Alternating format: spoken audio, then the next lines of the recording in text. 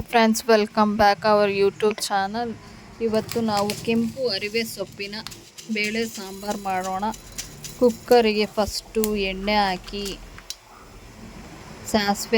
ಸಾಸಿವೆ ಚಿಟಪಟ ಅಂದಮೇಲೆ ಶುಂಠಿ, ಹಸಿಮೆಣ್ಸಿನ್ಕಾಯಿ, ಬೆಳ್ಳುಳ್ಳಿ, ಈರುಳ್ಳಿ, ಟೊಮೊಟೊ ಎಲ್ಲ ಒಂದೊಂದೇ ಹಾಕಿ ಚೆನ್ನಾಗಿ ಫ್ರೈ ಮಾಡಿದ ನಂತರ ಸೊಪ್ಪು ಏನಿದೆ, ಕೆಂಪು ಅರಿವೆ ಸೊಪ್ಪು ತಿನ್ನೋದ್ರಿಂದ ತುಂಬಾ ಆರೋಗ್ಯಕರ, ಹೆಲ್ತ್ಗೆ ತುಂಬಾ ಒಳ್ಳೆಯದು.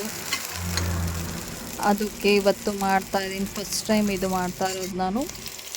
ಕೆಂಪು ಅರಿವೆ ಸೊಪ್ಪಿನ ಬೇಳೆ ಸಾಂಬಾರು. ಸೊಪ್ಪು ಹಾಕಿ ಚೆನ್ನಾಗಿ ಫ್ರೈ ಮಾಡಿದ ನಂತರ ಬೇಳೆನ ನಾನು ನೈಟೇ ನೆನೆಸಿದ್ದೆ. ಬೇಳೆ ನೈಟು ನೆನೆಸೋದ್ರಿಂದ ಬೇಗನೂ ಬೇಯುತ್ತೆ, ಗ್ಯಾಸ್ಟ್ರಿಕ್ ಆಗಲ್ಲ. ಅದಕ್ಕೆ ಅರಿಶಿನ ಪುಡಿ ಹಾಕಿ, ಸ್ವಲ್ಪ ಖಾರದ ಪುಡಿ, ಧನಿಯಾ, ರುಚಿಗೆ ತಕ್ಕಷ್ಟು ಉಪ್ಪು ಹಾಕಿ ಎಲ್ಲ ಫ್ರೈ ಮಾಡಿ ನೀರು ಹಾಕಿ ಸ್ವಲ್ಪ ಜಾಸ್ತಿ ಹಾಕೋಕ್ಕೆ ಹೋಗ್ಬೇಡಿ. ಬೇಳೆ ಸಾರಾಗಿರೋದ್ರಿಂದ ಗಟ್ಟಿ ಇದ್ರೇ ಚೆನ್ನಾಗಿರುತ್ತೆ. ಸ್ವಲ್ಪನೇ ನೀರು ನೋಡಿ ಹಾಕ್ಕೊಳ್ಳಿ, ತುಂಬ ನೀರು ಹಾಕೋಕ್ಕೆ ಹೋಗ್ಬೇಡಿ, ಟೇಸ್ಟ್ ಇರಲ್ಲ. ನೀರು ಹಾಕ್ಬಿಟ್ರೆ ಬೇಳೆ ಸಾರು ಯಾವಾಗಲೂ ಗಟ್ಟಿ ಇದ್ರೇ ಟೇಸ್ಟ್ ಇರುತ್ತೆ, ಇಲ್ಲ ಅಂದರೆ ಟೇಸ್ಟ್ ಇರಲ್ಲ.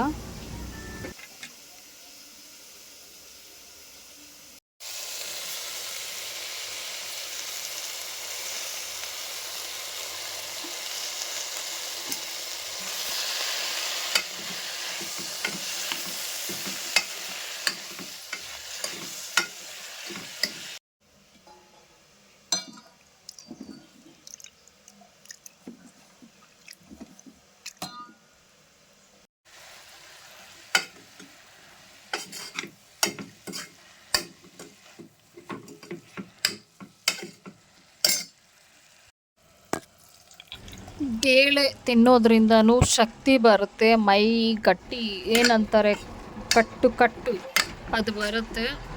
ಅದಕ್ಕೆ ಬೇಳೆ ಸಾಂಬಾರು ತಿಂತಾ ಇರಬೇಕು, ಅವಾಗವಾಗ ಗಟ್ಟಿ ಇರುತ್ತೆ. ನೀರು ಥರ ಮಾಡ್ಕೊಂಡು ತಿಂದರೆ ಶಕ್ತಿ ಇರಲ್ಲ. ಸೊ ಅದಕ್ಕೆ ಗಟ್ಟಿ ಇರಲಿ, ನೀರು ಸ್ವಲ್ಪ ನೋಡಿ ಹಾಕ್ಕೊಳ್ಳಿ. ಬೇಳೆ ಸಾಂಬಾರು, ಬೇಳೆ ಬಾತು ಎಲ್ಲ ತಿನ್ನೋದ್ರಿಂದ ತುಂಬಾ ಒಳ್ಳೆಯದು.